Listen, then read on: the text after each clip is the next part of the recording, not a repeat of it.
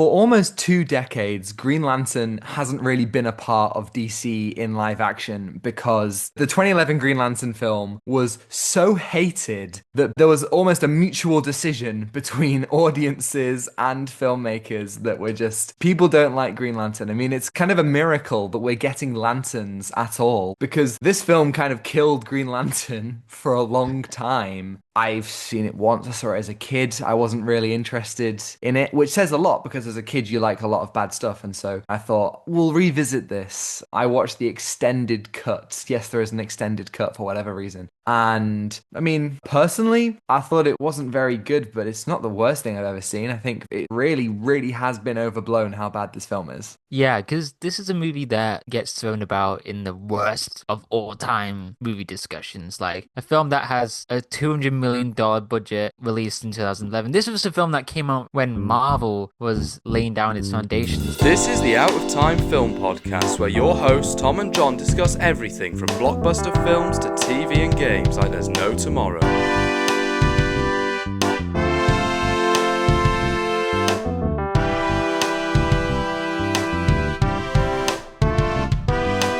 This movie was supposed to be the start of the DCEU. It's a bold decision because you think, would they go with Batman or would they go with Superman? The idea of Oa and the Lanterns, they're like space police, basically. They just want to look after the universe. You can really see the potential stuff that they were trying to lay out for the future. It's interesting because the universe they ended up following was obviously with Man of Steel, and Man of Steel wasn't at all meant to be the start of anything. Obviously, there are little Easter eggs here and there, but that film wasn't tooled to be the start of the universe. And rewatching Green Lantern, it's like, oh, it's Angela Bassett as Amanda Waller, and Yes. like little things like that. And obviously, this film has a very pointed setup for the future as well. And you just thinking to yourself, wow, can you imagine if the first film of their universe was this kind of crazy, cosmic, pretty generic film? That alternate universe is fascinating. The fan-made trailers that would edit together Ryan Reynolds' Green Lantern, Christian Bale's Batman, Henry Cavill's Superman, and of course, Yes. Grant Gustin's The Flash. And it would just have all these characters, maybe a couple of others as well, but it was like those guys, and there would be fan-made Justice League posters, and it was kind of like everyone's dream. Even though Green Lantern was hated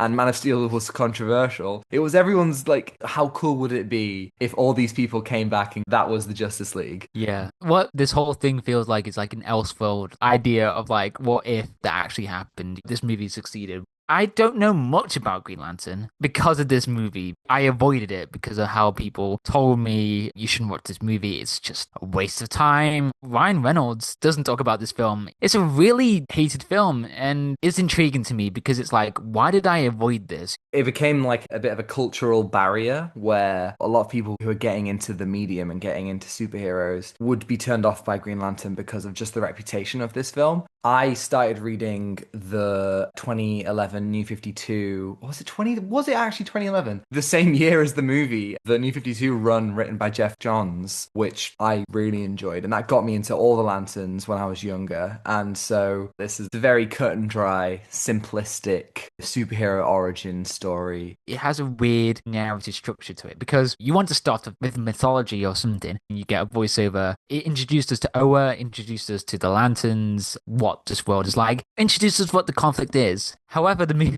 movie, we don't really explore the Lanterns because we're more focused into Ryan Reynolds' character in the story. It's definitely a bold choice not exploring the Lantern side of the story. I mean, Sinestro is there and the Guardians are there, but what's it building up to? What's it going for? It's that thing that we still have films now that do it, where it's like you want to spend time in space and have exciting adventures. Now we're going to spend way too much time on Earth. Boo, Earth! Yeah, Okay. come on. I can see that. I just look out my window. I want to see these exciting worlds, but you get like 10 minutes on Oa. It's like back to Earth with you. And it's like, no, I want to hang out with these guys, even though that is going to be stretching that CGI budget so much. Yeah, the CGI in this movie is a mess. The CGI in this movie is a mess. Like, you can't look away from. What were they thinking? Especially the suit. The suit is something that I was not expecting. Because obviously I've seen the suit, but why not do this practical? It just seemed that they were just, hey, let's do a CGI thing and we'll just put it there, done and dusted. There is so much of it. But I don't mind the suit. I know, I'm sorry. Don't Wow. shoot me. I know, hot take, but yeah, I think that for a film just so full of CGI, I think it's pretty decent. And making the suit entirely CGI is wacky and it should have been practical. But I think that that design is really good. I love how it's always pulsing with energy and that kind of concentrates in the central logo. And then the whole thing kind of glows when Hal's using the ring. And you do think, why couldn't they just make a real suit and then map the energy over it? And that's almost definitely what they should have done. But still, I think it works well enough, and it is a damn sight better than some of the floaty head suits that we see in future superhero movies. Call me crazy, but I don't think the utterly dreadful representation of the suit is deserved. Yeah. That also speaks volumes to the creativeness of the willpower. You use your imagination to build weapons or shields or racetracks, like Hot Hot Wheels. Hot Wheels, yeah. Which is impeccably set up in the extended cut, might I add. How much the extended cut? There's about 5 minutes after the opening narration where we get to see the day that Hal's dad dies, set in 1993, and we see Hal's relationship with his dad. We see young Carol and young... What's the guy called? Victor? Peter Sarsgaard's character? Oh, Hector. You mean Hector? Hector. I was like Victor Von Doom. Victor Von Doom's not in this. This was set up for Doomsday. Oh my god.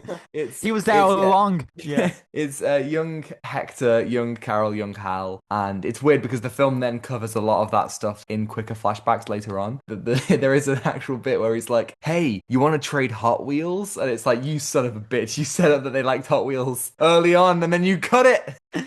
It only showed a shot where Ryan Reynolds was putting the car in the track and it just flew off somewhere Yes. in one specific shot. And it's just like, oh, he used the Hot Wheels. I wish there was some callbacks to like using the imagination. Like what visually comes to mind when he's thinking with the willpower? The constructs are so uninventive. He's like, I got a gun. I've got a sword. Sinestro would just say, I got a piece of metal. Yeah. Yeah, exactly. It's so underwhelming. It feels like that would maybe be part of his character arc, but no, at the end, his big move is he has 2 planes. Not just one, two. Yeah. 2 planes. Whoa. Oh my God. Whoa. He is the Yeah. chosen one. Again, there's so many things that I wanted to see from this movie, like how the power works, what the other rings are like. It's so underwhelming when you want to know so much about it. I think that a TV show is a much better format to explore the lanterns. And so the idea that we're going to get 8 hours with the different lanterns is much more interesting than this film where it's mostly set on Earth and there's not really many interesting aspects of it. But I don't really know what makes Hal Jordan special. It's so damn confusing what Hal Jordan's character arc is in this movie.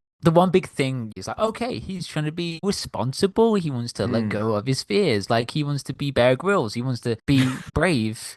Drink your piss, Hal Jordan. Drink your own piss. That's what the Guardians are saying. In terms of the future, you need to drink your piss. Okay, that's a weird tangent. Anyway, in terms of like other hero stuff as well, in some structures, the hero doesn't really accept the call that fast. However, when Hal gets transported towards the crash site where Abin Sur is dying, he's like, help me. And then Hal's like, okay, we can help you. And then he just gets the ring and gets the lantern, but it's like, oh, sure, yeah, I'll just do all of this. And he doesn't really reject it. He just does it. And he's like, oh yeah, I'll do the oath. And it just doesn't feel natural. We could have seen him transport onto Oa and see how he adjusts to the environment on Oa, or how he adjusts to talking to other lanterns. It's hilarious to me that Zack Snyder wanted Ryan Reynolds to reprise his role as Green Lantern in the Snyder Cut of Justice League. What?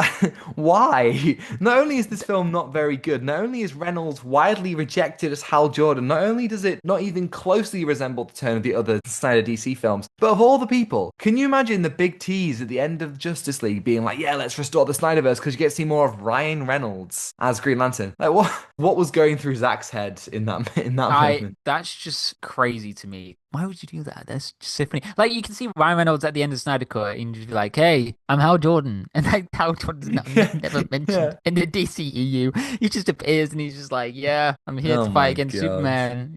You know what I enjoyed? I enjoyed seeing Ryan Reynolds in a serious role. And not like he's not charming or funny, but he's taking it seriously. Hal isn't cracking jokes every 2 seconds or winking at the camera. He's not pointing out the ridiculousness or hypocrisy of everything. It's no secret that post Deadpool, all his roles have kind of been the same flavor of wisecracking, fourth wall breaking, sarcastic asshole. So it was actually kind of great to go back to something different. And he's not exactly an amazing iteration of Hal Jordan, but he doesn't have to be. And I enjoy how he tackles Hal's vulnerability and acceptance of fear in the third act. There is an arc kind of somewhere in there that I think he plays quite well, and it is the kind of role that Reynolds would never take now. So it was cool to see. That's something that I was surprised with. He wins the fight against the AI computed jets. That happens and that feels relevant today. It's like, oh, Hal can do something better than AI can do. Here we are. This movie is relevant somehow in today's world. It was ahead of its time, god damn it. It was ahead of its time.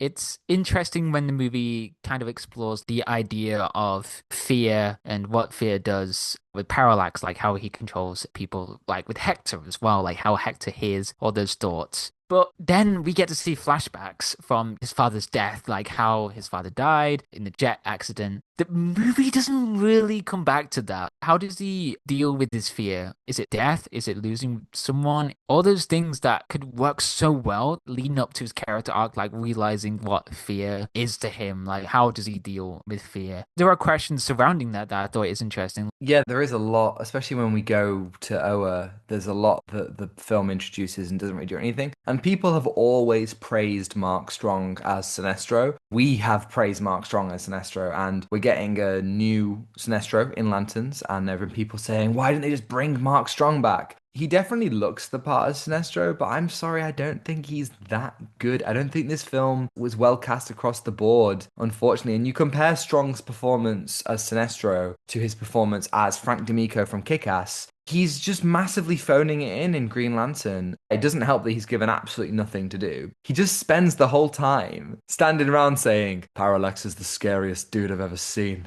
And the post-credit scene is so tantalizing with the yellow ring. It is a shame that we didn't get to see this Sinestro as the villain, but as we have it, it's just him standing around being like, I reckon we should use that ring. And the guy's like, no. That's his character. He just complains like, yeah, my friends are dying. Can we do something about that? And the guardian's is like, yeah, there's something in the plans we can assess. That's so funny to me. It's like they focused on that. Does he do anything to Sinestro? No, he's just standing there. And then when Ryan Reynolds finally defeats Parallax, he just comes over. It's like, yeah, you're Green Lantern, buddy.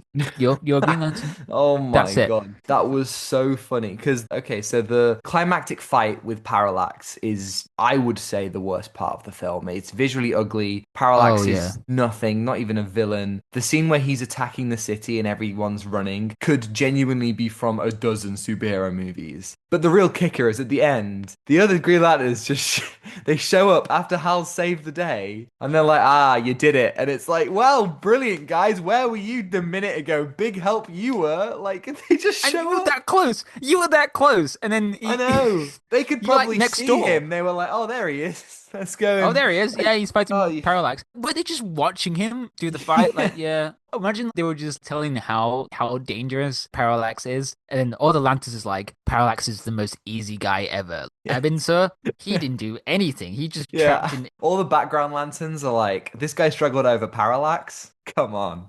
Wait till Darkseid. Wait till Black Hand comes back. It's actually funny. There are two scenes where Sinestro gives a rousing speech to the Lanterns, and he's we will defeat fear. And both scenes use the same shots. Did you notice this? Yeah, I noticed it. They just mirrored it. They had the same shot of him putting his arms up, like, ladies and gentlemen, the Jericho. And I'm like, why? Why are we doing this? You couldn't get another shot, another take of Mark Strong lifting his arm. I guess they didn't want to animate it, but it's so weird. There's so much potential that you could have done with Sinestro, but he just stands there. And Mark Strong, that's tough. Like, it's all green screen and there's lots of CGI. Yeah. Like, how do you deal with that? So Lanterns, this is going to be practical. Looking like to be practical. James Gunn actually forged a real life Green Lantern ring, and so they're doing it all practically. They killed Kyle Chandler for this in this role. Wow. They killed the actor. It's all practical. It's all method acting. I think it falls off a cliff at the end, but other than that, I don't think the film is that bad. At its worst, it's just kind of pretty generic. And I think that people were left with a bad taste when they left the cinema in 2011 because of that awful ending. And I think that's why it's got this kind of terrible reputation. But honestly, before that, it's just as mid as a lot of superhero movies. It's been said that the best thing to come out of Green Lantern is that it's how Ryan Reynolds and Blake Lively met, who are now married. And that is true. That's a lovely little story. But having said that, it's mental how these two fell in love, but in my mind, don't have a lick of chemistry in the film. Their relationship is just generic bickering and having nothing in common, but hey, they're both attractive and they're well suited physically, so they've got to get together, right? I didn't really feel their relationship at all. No, because Blake Lively's character is just like, how? What happened in that jet? There was nothing wrong on the jet. And I'm like, well, there's going to be a bit more development with her character as well. I did like the scene where Hal goes to Carol as Green Lantern and she basically figures out his identity immediately. In a matter of seconds, she's like, wait, Hal? And their ensuing conversation is quite sweet. I liked it. It's a fun subversion of the superhero tropes. And I enjoyed that because it is kind of that time capsule for superhero films pre-Avengers. But it was fun to have something unique in that moment. I like that conversation that they have. I believed in their relationship. But then on the other hand, Hector doesn't really have a relationship with anyone. The film doesn't have any sympathy for him when he's going through some really confusing stuff. Her character is connected with Hector. I watched the extended cut, so I was like, why does she know Hector? You know, what's going on with that? Is the scene where he throws his student across the room in the theatrical cut? Yes, that's also in the theatrical cut. That was so weird as well, because he just has force powers. Guys, I need some explanations. How Jordan, okay, he's got the willpower stuff, right? The other rings, I don't have any context about that. But Parallax, how does he have force powers? Like Hector, he has that, but then Parallax is eating up everything. And by the way, why does no one notice when Parallax is on Earth? Like he's on the warehouse and everyone's like, oh my God, Parallax is here. He's just comes out of nowhere. I don't know. It's just a very strange character. Like you're doing your first Green Lantern film, and your villain is Hector. I'm not well versed in Green Lanterns, but here's my question: which villain should they've done for this movie? Because it's Parallax, and Parallax is a very forgettable villain. Well, in the comics, Parallax is Hal Jordan. Hal Jordan becomes Parallax when he kind of goes off the rails a little bit, and then they retcon that he was actually possessed by this thing called Parallax, and so they kind of skip straight to that. If you want to do a film where Sinestro is in the Green Lantern Corps, if you want to build up to Sinestro as the villain, it's a much more difficult thing. But like, why wouldn't you just do what every I mean, you know, nowadays, if you do a superhero movie where the villain has the exact same powers as the hero, that's been done. But I don't think there's anything wrong with them being like, yeah, we're fighting the Red Lanterns, we're fighting Atrocitus, maybe we're fighting Larfleeze and the Orange Lanterns, or even you do something a little bit more kind of out there, you do Black Hand and stuff. Yeah, I don't know, like, it's such a strange thing to just do, like, the big cloud. There's a lot of strange things with Hector and just decides not to explore. It's like a proper jocks versus nerd thing where I said, look at this guy. He's got a bad hairline. Nobody likes him. And his name is Hector. And his name is Hector. That's an evil name. Like, you got Carol. True. Like, that's a great name. Lovely. But then Hector. You're setting him up for failure immediately. It was released in 2011, but in many ways, it's the most 2000s movie ever. It's almost like it's a holdover from that period. Because, of course, we get an opening, like, long ago narration, and the score is full of electric guitar, and it's using CGI in places that it has no right to be. We got a big CGI cloud as our final fight. It follows an asshole guy who is somehow meant to be charming with a basic underdeveloped love interest who runs into his arms by the end, and a classic loser nerd villain. It's kind of like the final film where the genre wasn't really taken seriously. Obviously, The Dark Knight was such a massive thing, but then we had Avengers and it basically all changed. And so Green Lantern is an era that you look back on and it's almost unfathomable to consider now. Yeah, and it's about the future of Green Lantern, what we want to see. We obviously saw Guy Gardner in Superman. That was a great way to get people introduced to Green Lantern in a modern day blockbuster. I mean, years ago, that's completely different. And here we are. So with Lanterns, it's going to be very interesting. I'm so excited that we have Lanterns back because people act like Green Lantern is the worst film ever. Hell, Ryan Reynolds acts like this is the worst film that he's ever made. And yeah. Revisiting it is far from being good, but damn, it's not even close to Reynolds' worst. Hell, he's made worse since. To me, this doesn't even come close to at Free Guy, and there's a level of camp and cheese that is quite fun to this. And, it's a bit of a laugh. It's certainly not underhated, but I do think it's a shame that this film did so much damage to Green Lantern's reputation for so many years, because it didn't deserve that.